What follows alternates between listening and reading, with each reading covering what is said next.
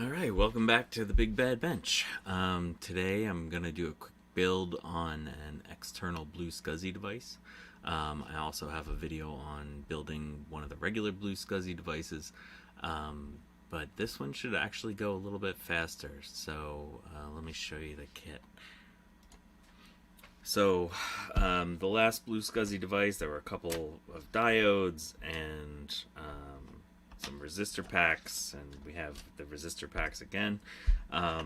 This one, this array of pins is already pre-soldered to the blue pill device.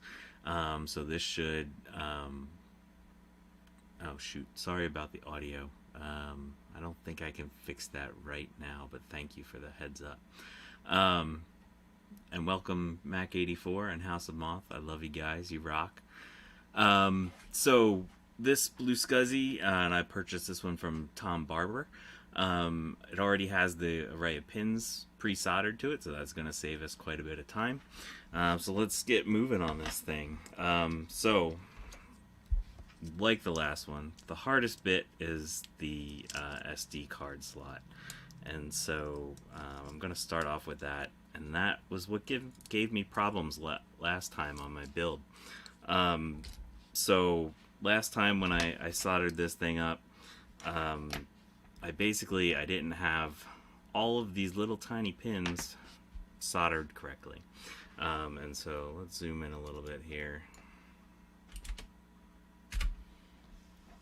Give you a little bit better idea of what we're looking at here. And so they have this micro SD card slot that is, they're really tiny little things. And so it takes a little bit of care to get them soldered on properly. And so let's pop on here. And what I'm going to do is I'm just going to tin a couple of the pins, one at each end. And I hope this is going to work a little bit better than last time. Hop in, and if you have a microscope, that would make this process a heck of a lot easier. So I'm just going to hit those two pins that I put the tin on at the end, and you can see this thing is connected. So we're good to go here. And so now what I'm going to do is come in and just give each pin a tiny bit more solder.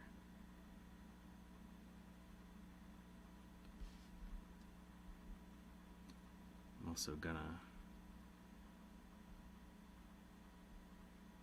see, this is why I was just about to say you should put some flux on this thing. The flux helps keep the solder from bridging pads, and so I wouldn't have that issue if I had soldered from the get-go.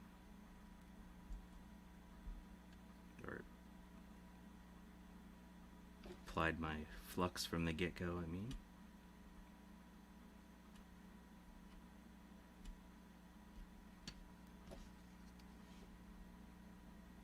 Put a little bit more.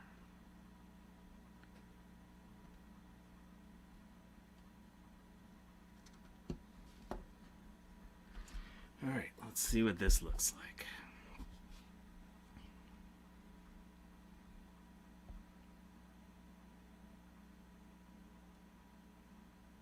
All those pins look pretty good. I think we might be yes, the flux debate.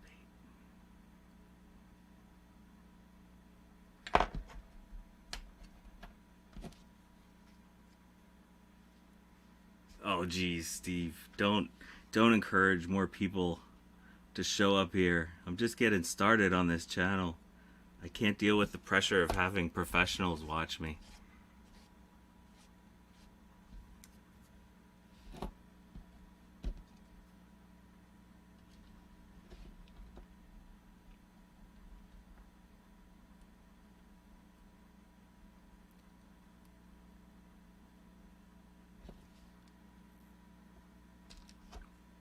Got one little bridge there that I'm not happy about.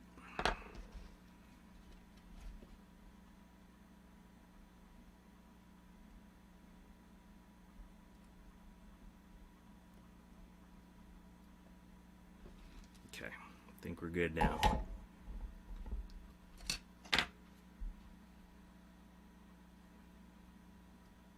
Alright, I think all of the pins are soldered well, so what I'm going to do is come in and just hit these two back ones real quick.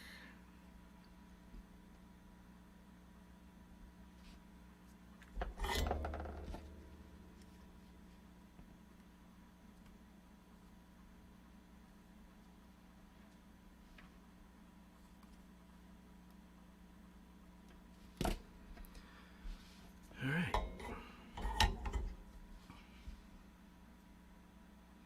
So if you plan on doing a lot of putting in and pulling out of these SD pads, you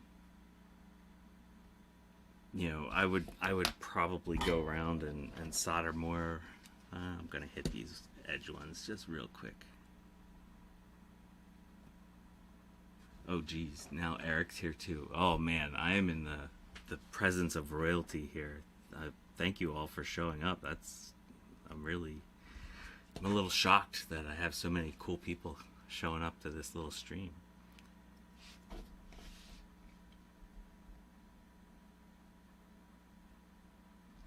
Alright. I'm going to come in now and put this diode on.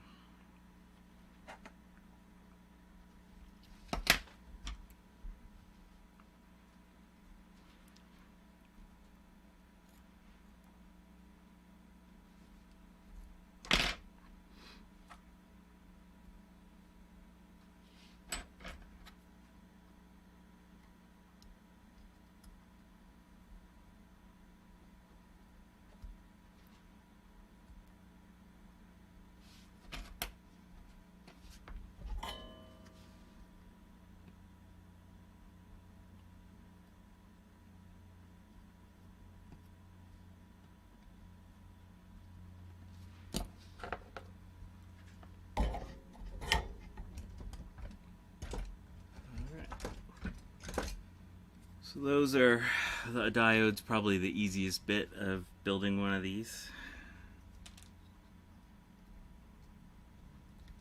Alright. And so the PCB is labeled really nicely on these things, and everyone that's worked on this, I just have so much respect for you, because it's such incredible work. I mean, how nicely everything's labeled on here, it just makes the assembly super easy. So I'm just sort of double checking to make sure that my leftover legs on that diode aren't going to touch anything. We look good there. Gonna go in and put my resistor packs in now. I'm going to be careful about which one you're working with. This is the 220, which should be here.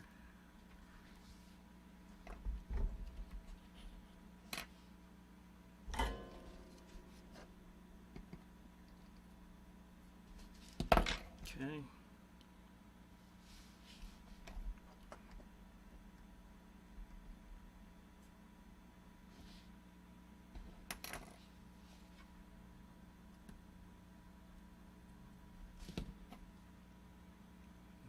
Both sides of that are soldered nicely. That's a 330. Here's the other 220. Make sure the dot is lined up with the designation on the board. Of course, most of my audience that's watching right now are people that have done like 1,000 of these things, so this is all known to you, but hopefully hopefully some people wander onto this little build that have never built one before, and hopefully this is useful for them. Gonna soften up that side, make my resistor packs nice and straight. Alright, let's get the other one on there, or the other pair on there.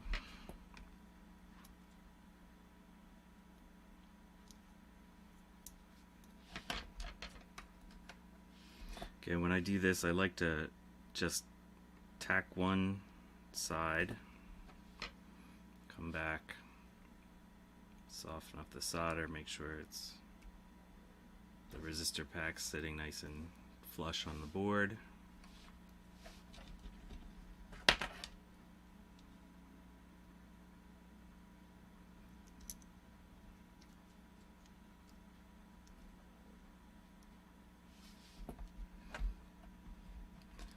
And if you have something like blue tack or something that'll hold that on for you when you flip it over, it makes it a little bit easier. But I'm kind of a noob with this kind of stuff, so spending a little extra time coming back and realigning everything is how I tend to do things.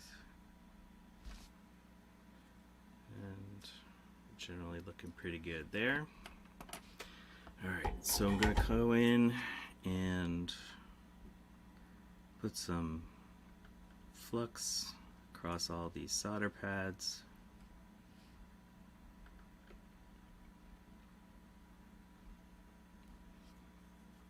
And then just come in and start hitting them home.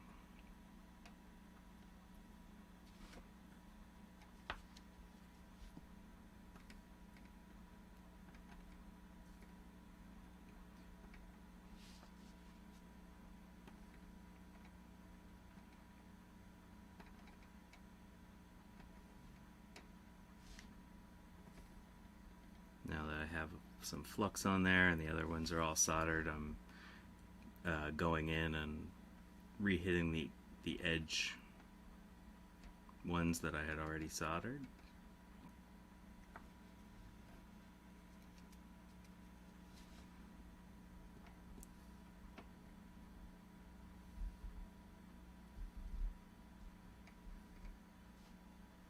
So I've done a few streams over the last month, and I've never had an audience. So please forgive me if I missed something in the chat. I'm not used to paying attention to the chat. Thank you all for showing up, though. I really appreciate it.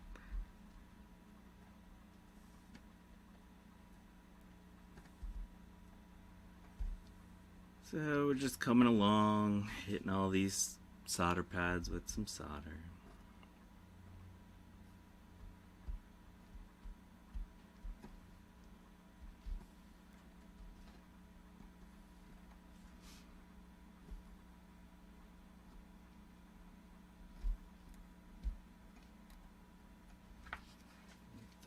Doesn't look good.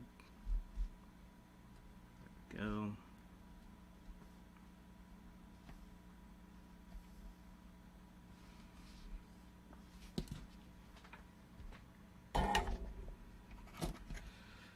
Alright, and so you can see this is kind of a mess with the flux. I think I might have... Oh no, that one looks good.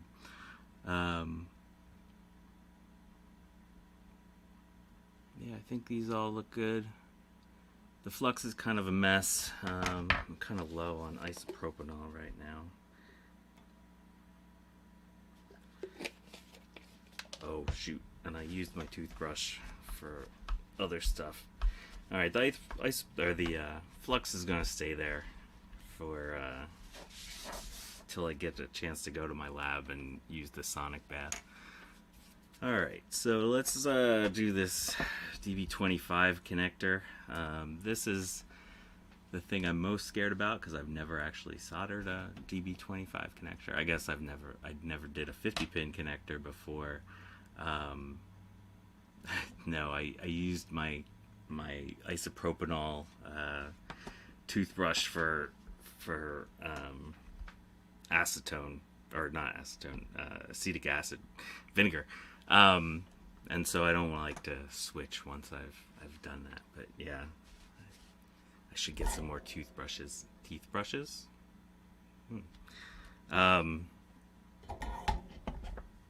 Yeah.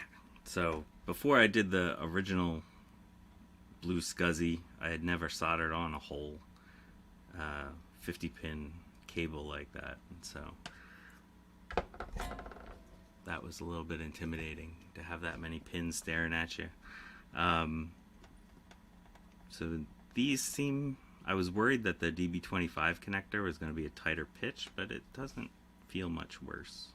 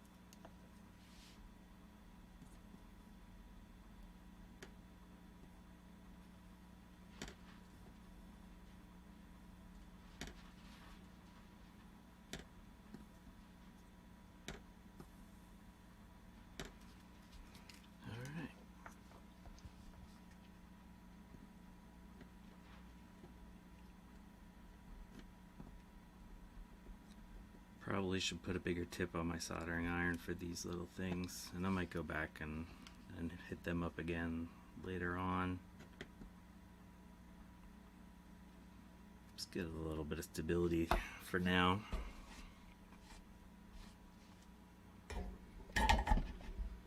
Alright, and here's the main important one. Don't want to put this on the wrong way. Nice little designation that your USB should be on this side, and also you can tell by the ground labels here.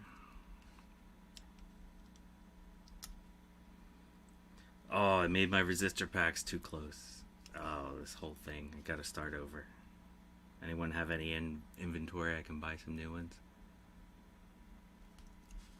Just gonna give that a little bit of a gentle persuasion.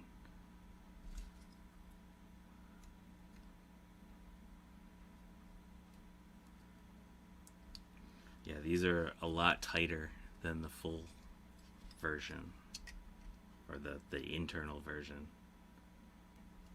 Okay. This is a wider blue pill, apparently. All right.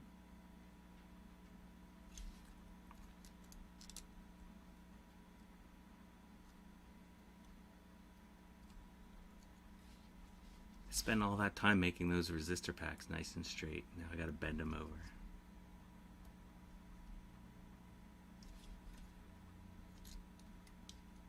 Alright, this is beautiful now. Okay, we're good to go. I'm gonna just hit this one real quick.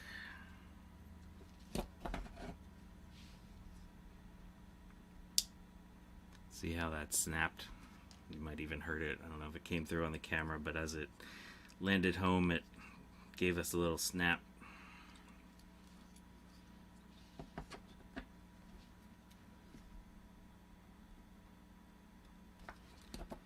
Alright, I'm gonna hit all these with flux.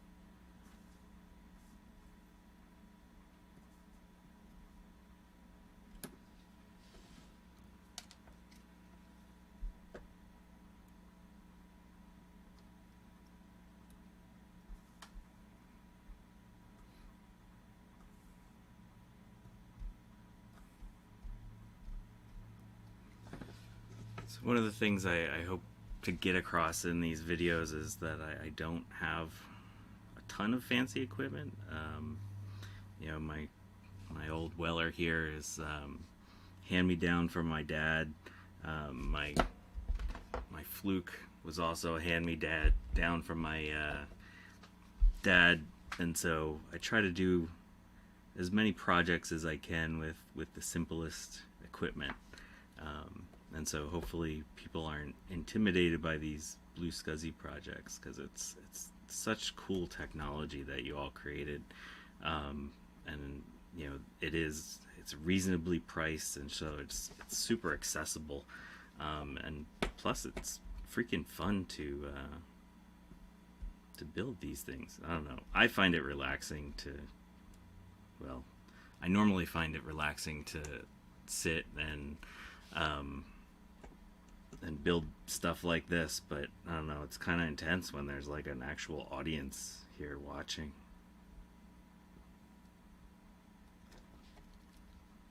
What machine is this going to be used on? So,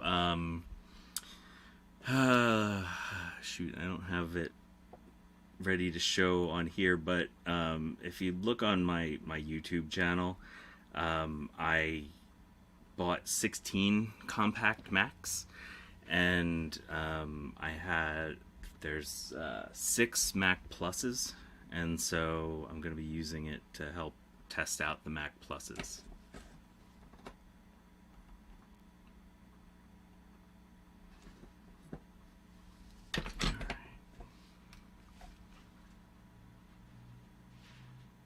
Let's check our solder joints.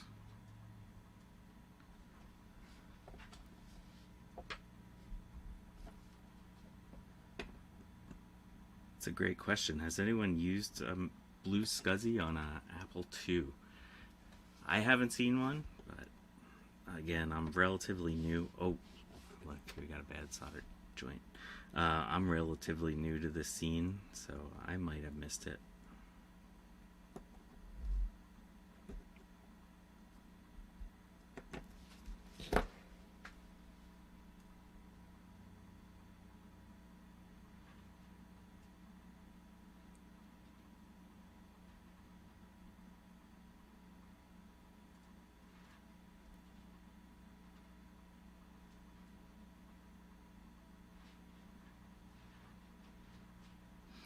Alright, I think we're good to test this one out. How long have I been going now?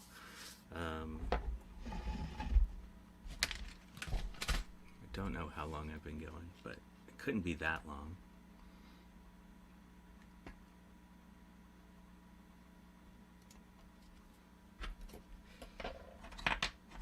Yeah, the thing, I bought the BlueSCSI first for the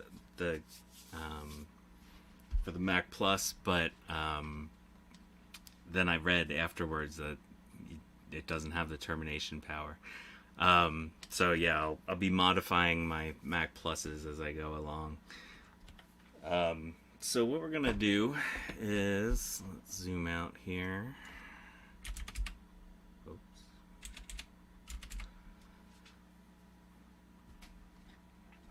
So this is my Screaming Baby LC3 that is no longer Screaming Baby. I'm not a fan of the internal fan, though. I think I'm gonna buy a Noctua or something to put in here because it's kind of loud. So this I can show you. We're currently booted up, and this thing is running the BlueSCSI. So I'm gonna shut this down.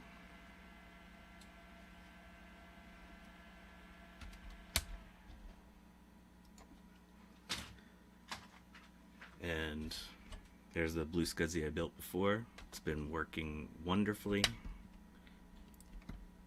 I'm going to pull out the SD card.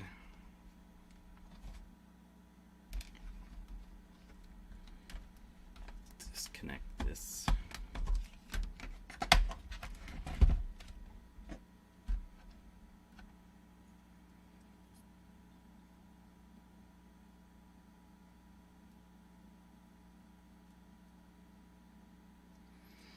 All right, let's see.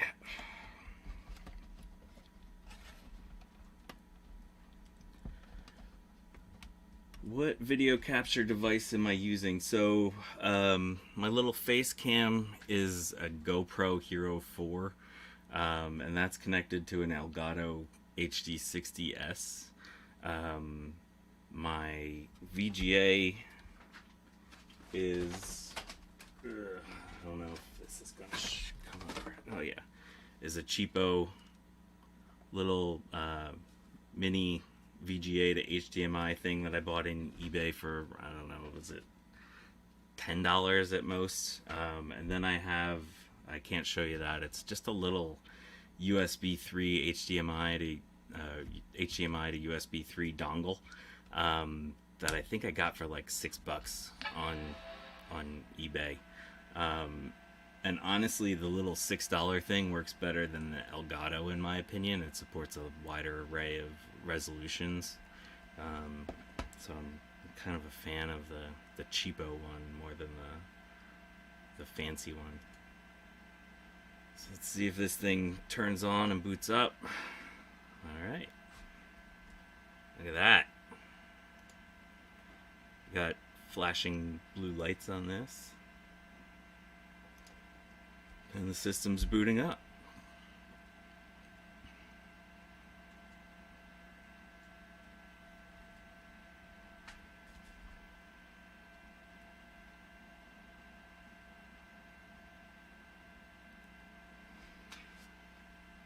Alright, cool.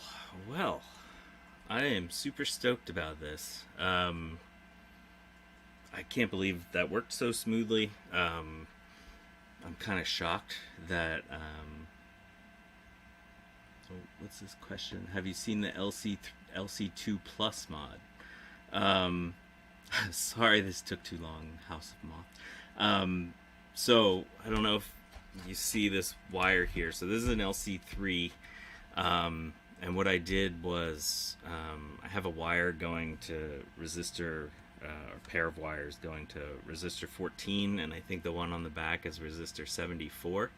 And I have a wire that comes up here to a little two position switch, and I can change whether resistor 14 or resistor 74 are connected, and that turns it into an LC3 or what's the other version, Performa 460 or something like that.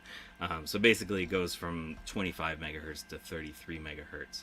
And so I can, basically have this thing all buttoned up, and I hit a little switch on the bottom, and it changes whether I'm in the overclocked state or the regular state. So yeah, this is my little LC3. This was the first Mac of this era that I've gotten running relatively stable during this whole process of learning old Macs. This is actually a real turbo switch. Well, so technically that was a turbo switch from a PC, but PCs went from their regular speed to a slower speed. But this is actually giving a little turbo. So yeah, someone on Reddit mentioned the turbo switch thing, and I was like, yeah, that's a really cool terminology to refer to this thing. So we're giving a little 20% speed bump. I forget what the math is on that. Alright, cool. Well, I'm super stoked that this worked out and that it was relatively quick and sort of painless. I can't believe you all showed up for this, so thank you for stopping by. And so, yeah, hit me up on Twitter. I'm at Big Bad Biologist, and this is the Big Bad Bench. So over the course of the next several months, I'm going to be working on these 16 compact Macs. I already got the Mac Classic up and running. I'm having some issues with the Mac Classic 2. So if any of you are experts on the Mac Classic 2, I'm getting some weird screen corruption, and could use some help out with that one. So yeah, I'm going to end the stream, and I look forward to seeing you all online, and thanks for stopping by.